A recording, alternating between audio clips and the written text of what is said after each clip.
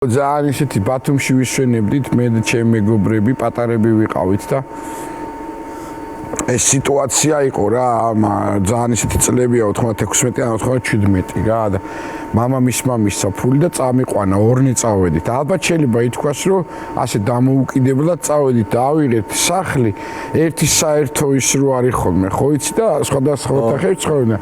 ჩვენ რა თქმა უნდა პირველ დღეს ფული საერთოდ აღარ გქონდა რა.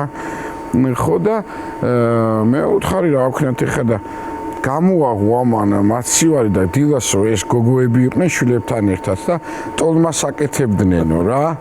ხო და მიდი მეთქი ამოიღე ერთი ორი ცალი რას გაიგებენ და მაგრა გშიოდა რა და უცბად რაღაცა მტორევის ხმა მესმის. აი საოცრება მოხდა რა და გამოვაღე ჩვენი კარები ეს დაბლა გდია და მთლიან ამ საერთოს ოთახში არის ტოლმა გაშლილი.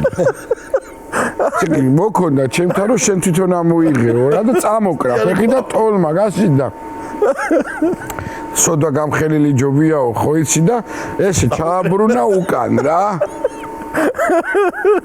რაც დარჩა. მეორე საღამო არის და ეს გოგოები ძალიან კარგია, მაგრამ ეთყობა ეს ფარში არ ვარგოდაო. ძვლები აქოშე.